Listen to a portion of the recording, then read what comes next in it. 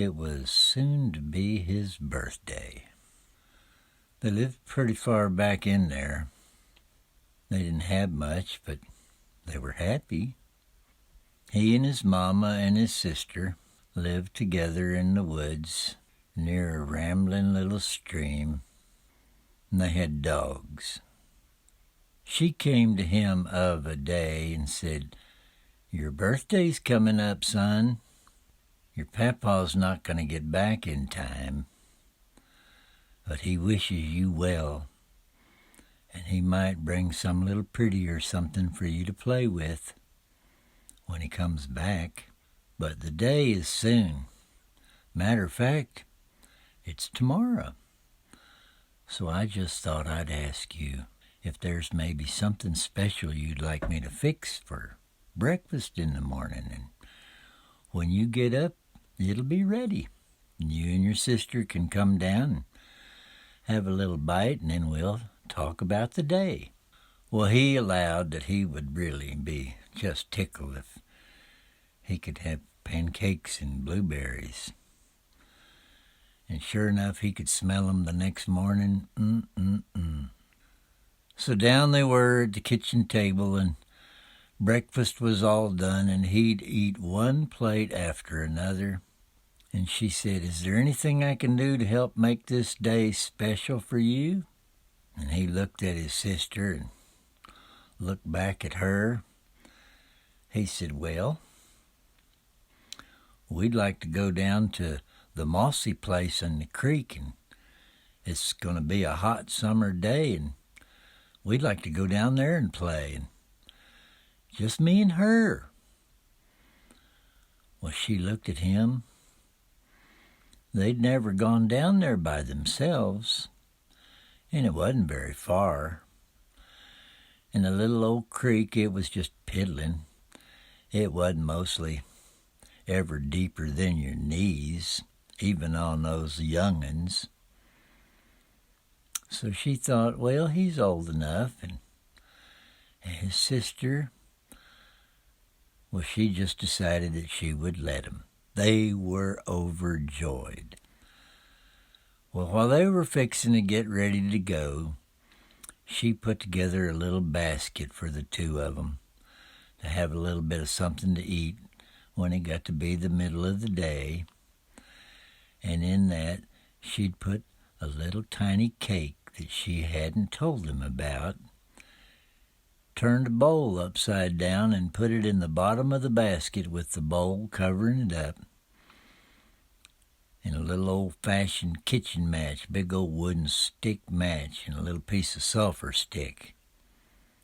Waxed it into the top of the inside of the bowl, you see, and one candle. Other delights of various sorts spread around, something for them to have a little party when they got down there. And as they were about to go out the door, he asked his mama for a glass of milk. And she looked at him and delivered over a glass of milk. He walked all the way around the table 3 times. Then he put the glass on the table and he pushed it out into the middle. He said, "Mama, while we're gone, if anything happens to us, you go let out the hunting dogs and they'll come find us." And she looked at him and she said, "Well, all right." She said, "Now you be careful." And they said, "Okay, Mama," and out the door they went. Well, down the stairs and across the yard, and they stopped at the barn, and he asked her to hold the basket. He says, "I'll be right back." And he climbs up in the top of the barn, and he comes down directly, and he shows her in his open hand these 3 pieces of corn. Now, it was special corn, sort of magic. He said, "We might need these," and stuffed them in his pocket. He grabbed her hand, and down they went through the meadow until they come to the creek. And they sat right down, pulled off their shoes and socks, stuffed the socks down in the shoes, and tied the strings together in knots and threw them over their shoulder. She heisted up her skirts and tucked them all about her waist. He rolled up his britches, and down in the creek they went. They hadn't even gone very far, and they were just a wet mess. They'd sand and mud all over them, but they were pretty happy.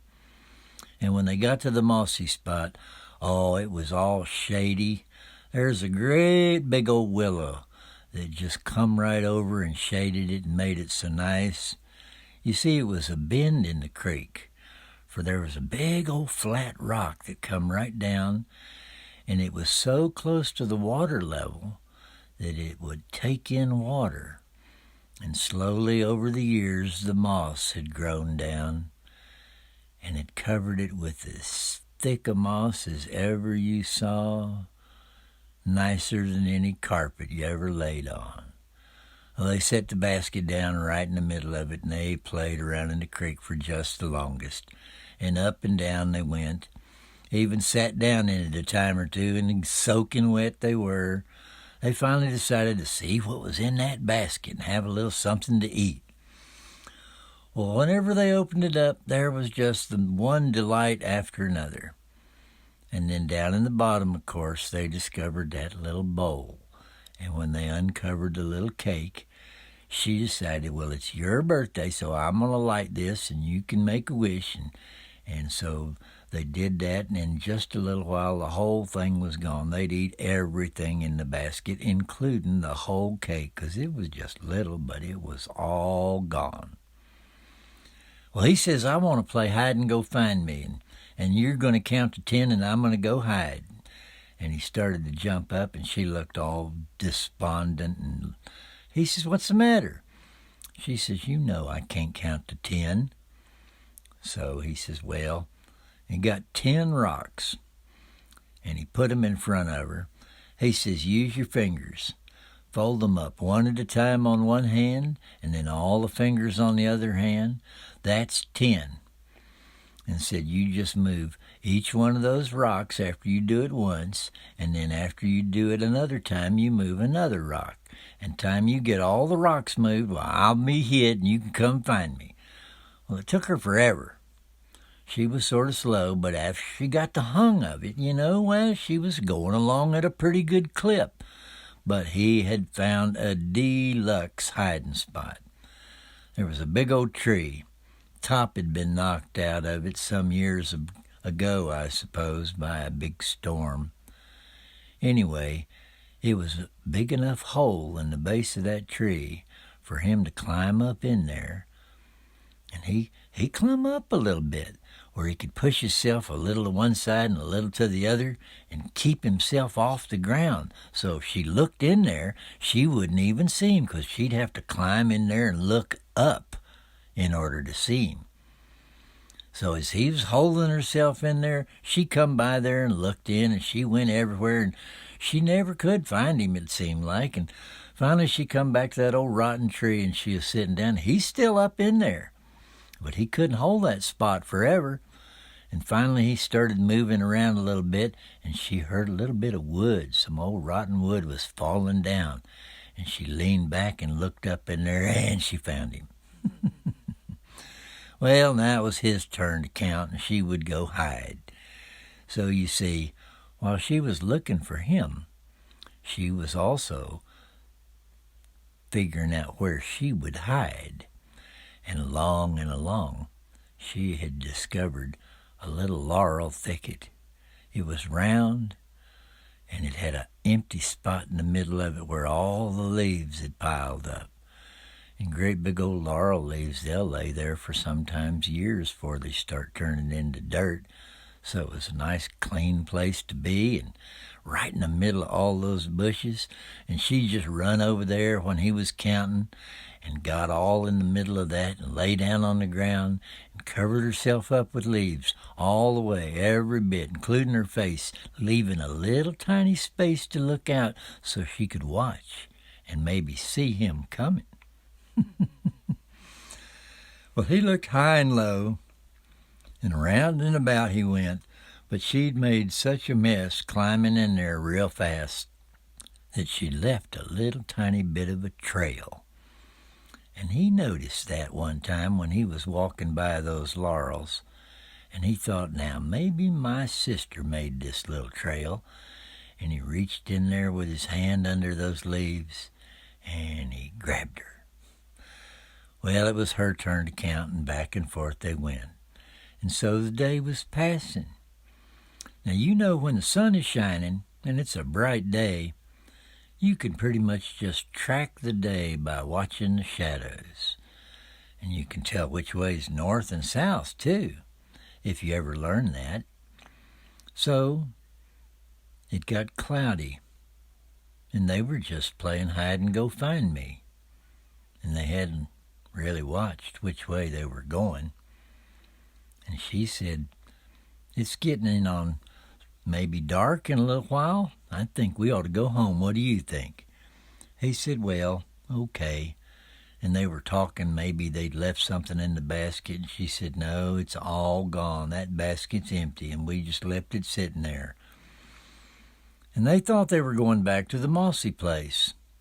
But do you know they were going the other way? Well, pretty quick, it got dark. And now she's holding his hand so tight, almost hurt. He says, you're about to squeeze my knuckles red. If it was light, I bet you my hand is just red. You don't have to hold on so tight. She said, where's the mossy spot? He said, well, look here. We'll find the creek, or we'll find the road, one or the other, and then we'll go home, and we'll know the way, 'cause we live here, and we know that road, and we know that creek. All we got to do is go upstream, and we'll be home. And when we get to the road, if we get to going the wrong way, well, we'll figure it out pretty quick, 'cause we know that road. Well, it was a starry night, but that was above the clouds. And the clouds were so thick that it just got darker and darker till you couldn't even see your hand in front of your face. But in a little bit, they saw a light in the darkness way off. Now, you know yourself, if you walked up to your own house and you left a light burning in the window, even if there wasn't any light anywhere else, anywhere around, closer you got, you'd recognize your house now, wouldn't you? Well, closer they got to that light, they knew that it was not their house. And she said, I don't think we ought to go there. He said, well, let's go and see if maybe they know how to find the creek or the road, and then we'll be all right. We'll just go on home. And so he talked her into it. And there they were in front of the door, her holding on to him, standing right beside of him, and he knocks on the door. Well, they never heard a word, not a sound. It was quiet as could be, but they could hear a little fire crackling in there, and so they allowed us how it was probably warm inside, 'cause the night air was chilling just a little bit. So he knocked again, and then he heard some feet. Not steps, but sliding feet, sliding across the floor, getting louder, 'cause they were coming towards the door. And ever when that door cracked open, you see the only light there was that fire coming out of the fireplace. And when that little door cracked open, there wasn't enough light shining on whoever it was standing there. And so all they could see was a silhouette of a shape that was taller than them by a bunch. And it had hair coming out of its head that went down and down and down and down almost all the way to the floor. And she could tell that hair had never been brushed, and she just cringed behind her brother and held his hands so tight the knuckles for sure were red. He said, howdy, this is me and my sister, and we're looking for the road, or maybe the creek. And all I could hear was,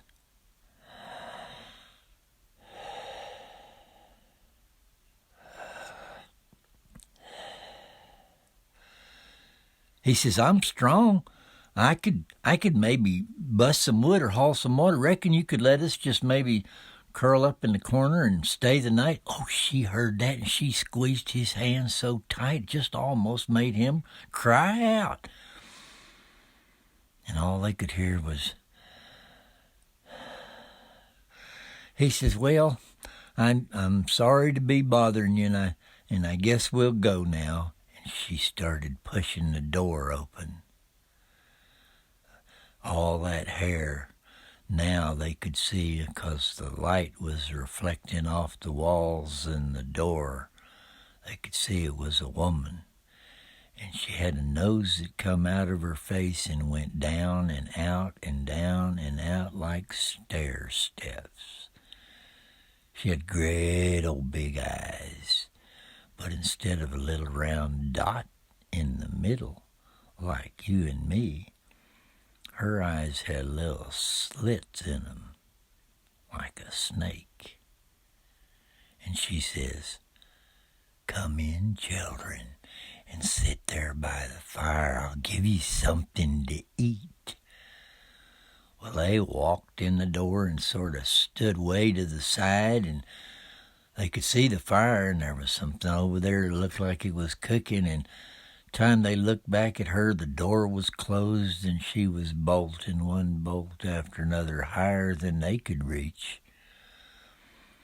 And then she comes over and grabs that little feller by the shoulder. She says, come here where it's warm by the fire. And she sat down on an old piece of wood that had been cut flat on both sides, and it stood like a little tiny table.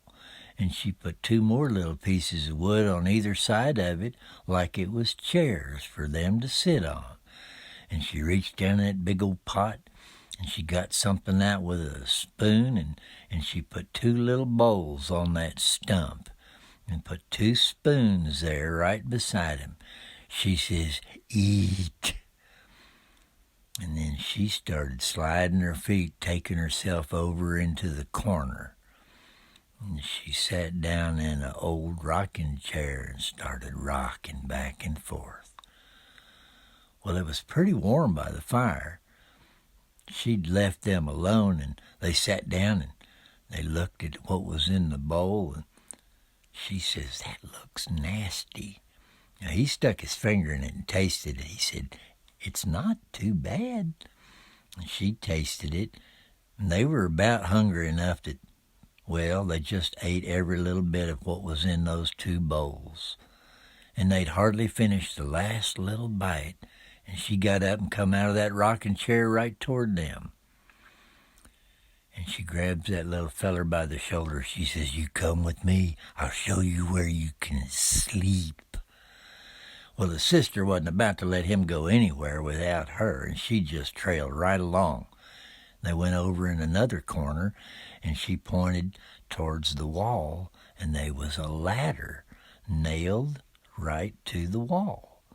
And she put him up on it. His sister just climbed up right behind him. And those two children climbed up, and there was a little loft up there. Well, this old witch woman, she climbed up right behind them. And time they got up there, they could see through the great big cracks in the old puncheon floor the firelight down below. In one little spot, there weren't cracks. They couldn't see. And she points to that dark spot on the floor. She says, there's a place for you to sleep. And she watched them go over and feel it was like a great big old piece of cloth. It was all sewed up like a bag, and it was stuffed full of something soft enough that they just sat right down. Well, she started climbing down that ladder, and she left them up there. And that little girl, she started trying to take her shoes off and lie down, and her brother covered her up and lay right there beside her, and he could tell by her breathing, in no time at all, she was sound asleep. But he couldn't sleep for nothing. He could hear her down in that rocking chair. She'd pulled it over somewhere closer to the fire. So when he looked down through the cracks, he could see the shadow stretching across the floor, and back and forth she's going with something in her hand, and something she reached down and got with her other hand made a sound that just chilled him. It sounded like something hard, maybe metal. And she's sliding her hand down this long thing that he could see the shadows stretching out all across the floor. And she sang a little song. She said, "Penny, get your knife, Penny, get your knife, Penny, get your knife, go and shock 'em, humpback of Josie back of see Aunt Neil.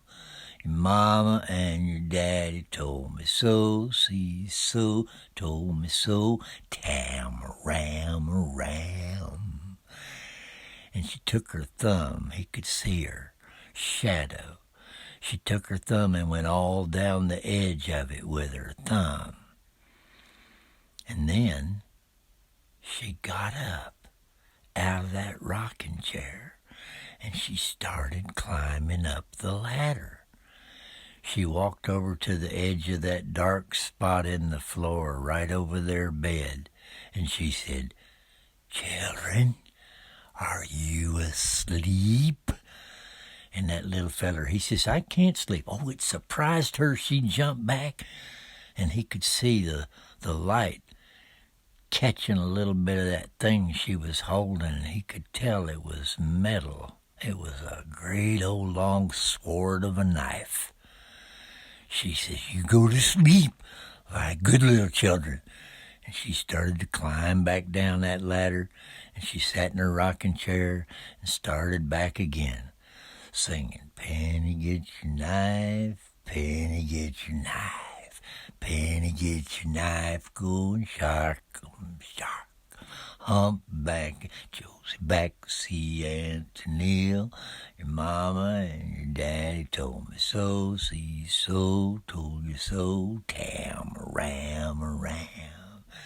And she'd feel all down the edge of that thing, and then she'd start again. Well, that little old feller up there in that loft, he just turned over to his sister. He had a plan. They was going to get out of there somehow. And he reached over with one hand and laid it over her mouth so she wouldn't holler. And with his other hand, he grabbed her by the arm, and he shook her one time, and her little eyes popped wide open. And he whispered to her right down next to her ear. He said, "You and me are getting out of here now." And she shook her head like she understood. So he moved his hand, and she sat up, started putting on her shoes. Well, he started feeling around the walls, got out of that bed ever so quiet. And finally, he come to a shelf, and there was a bunch of stuff on it, old gourds and squashes and pumpkins, and then right beyond that, there was a door that was, he could tell, it was like a window that didn't have any glass in it. It was just a window that was made with a wooden door. And when he opened the door real slow, he could smell the night air, and he knew that it was outside. And he looked down into the blackness, and he couldn't see nothing. And by this time, his sister's right there beside him. He reached in his pocket, and he pulled out one of those pieces of corn. And he said, "I'm sure glad I brought this." And he threw it down. And do you know, it started growing so fast that you could just barely hear it. It grew up right beside that little old cabin. It got, I suppose, as high as the trees before it tousled out and stopped. Well, he helped her out that window and onto that cornstalk. He says, "You wait on the ground for me. I'll be there directly." And he went back to that shelf where all those pumpkins and gourds and squashes were, and grabbed a hold of a bunch of them and put 'em in the bed and made it look like two little children sleeping there, and covered 'em up with the blanket. And then he goes back and he climbs out on that cornstalk and slowly pulled that little door to so you couldn't even tell how they got away. He climbed down that cornstalk, grabbed his sister by the hand. He says, "You hold on tight, 'cause we're going to run like the wind." And she looked at him and pulled on his arm, and he looked back, and she said, "Don't worry." And they started running. Briars and bushes and little old twigs off of limbs was smacking at 'em and pulling at their clothes, but they didn't even stop. Well, she'd sung her little song again, you see, couple of times, and loud as how they were probably asleep by now. So up the ladder she goes, and she's standing over that bed, and she says, "Children, are you asleep?" And there's not a sound that comes back. And from behind her back, she pulled that great old big long sword of a knife, and she raised it up over her head, and then she come down on that bed. She goes, chop, chop, chop, chop, chop, chop, chop, chop, all up and down the bed. And she reached and pulled back the covers, and there was the makings of pumpkin pie. She'd done ruined all her squashes, all her gourds. She was furious 'cause those children had gotten away. She jumped back down until she was down at the bottom of the ladder, and she pulled on her 7-league boots. These great old big boots. When you had them on, you could step out across the land, 7 leagues at every stride. She walked out into the darkness of the night, and she looked into the darkness, and she didn't know which way to go. And she just hollered out at the top of her voice. They could hear her. Even though they'd already gone pretty far, they heard this sound that said, "Children, I'll get you." She walked around the house and found that cornstalk growing right beside her house. There wasn't any giant corn that grew in those woods, and she knew it. So that was the direction she started going. Well, she's taken 7 leagues at a stride. She was catching them so fast that they could hear her tromping down the woods. He stopped, and he says to his sister, "You hold on to me ever as tight as you ever did." And she said to him, "Don't worry." She threw her arms around his waist, and he took another piece of that corn. And when he threw it down on the ground, soon as it started growing, he grabbed hold of the cornstalk, and they started riding up in the air. While that thing grew, it just went higher and higher, and it was starting to worry him 'cause it's swaying back and forth while it's growing with their weight up on there. But it was so big that it didn't mind just 2 children riding along until it stopped growing. And then it tousled out and hid them up there at the very top of the cornstalk. Well, right about that time, they heard that old witch woman come running right past where they were, and then she stopped. And off in the dark, they could hear her turning around, and she come back. And when she was right at that cornstalk, she said, there's another one. This has got to be where they are." And she looked up at the top of that cornstalk, and she hollered up at him. She says, "Children, I'll get you." And she takes that great old big long sword of a knife, and she starts chopping at the base of that cornstalk. She says, "Chip on the old block, chip on the new block, chip on the old block, chip on the new block." Well, those children were so scared 'cause they could tell that they was little hope. And I don't know where it come from, but out of the depths of his heart, he just trusted in trust all by itself. And he hollered out for his hunting dogs. At the top of his voice, he hollered out, Barney McCabe,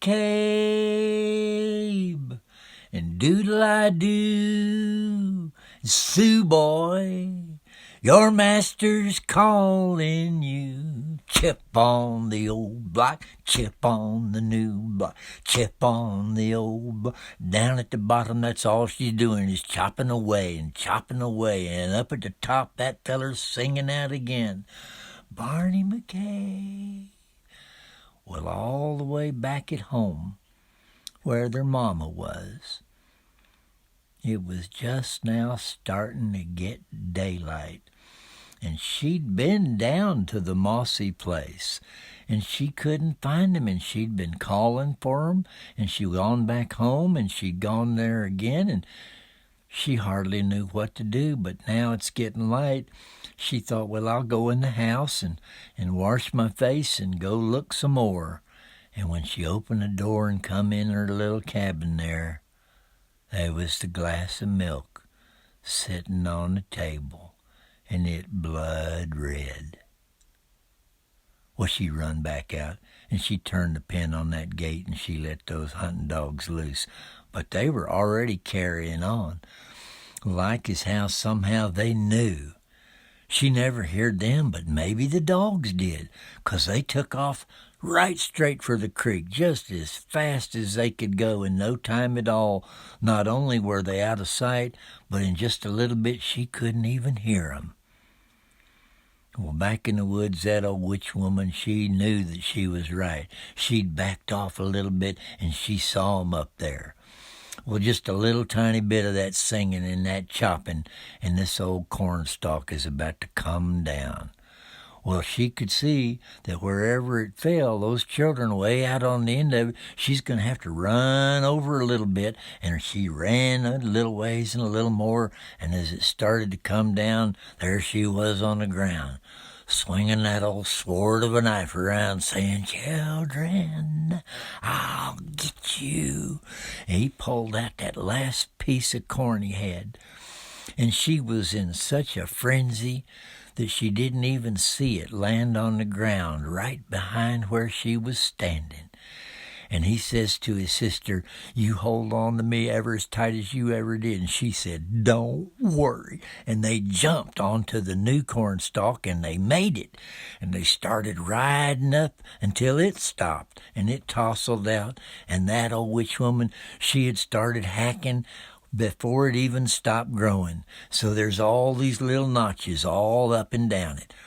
And she's down there, chip on the old block, chip on the new block, chip on the old block, chip on. He hollered out from the top of that cornstalk, he says, Barney McCabe, and Doodle-I-Doo, and Sue boy, your master's calling you.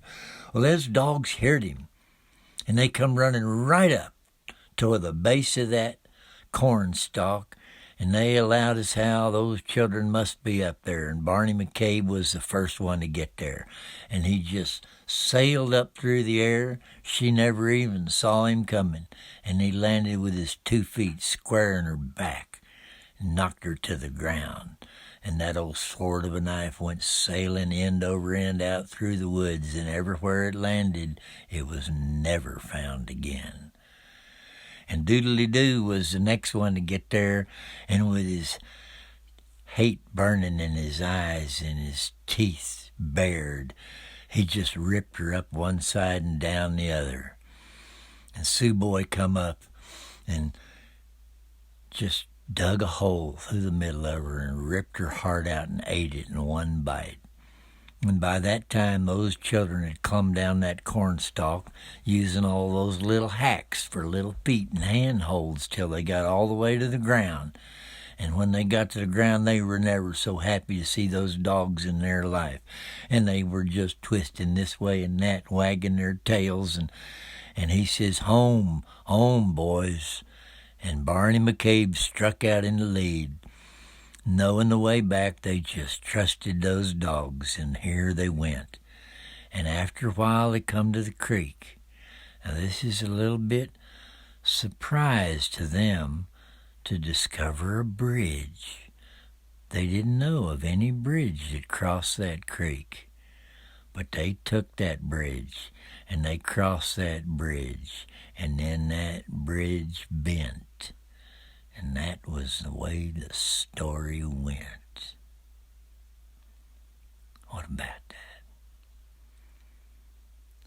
A ball of gold and a river of milk.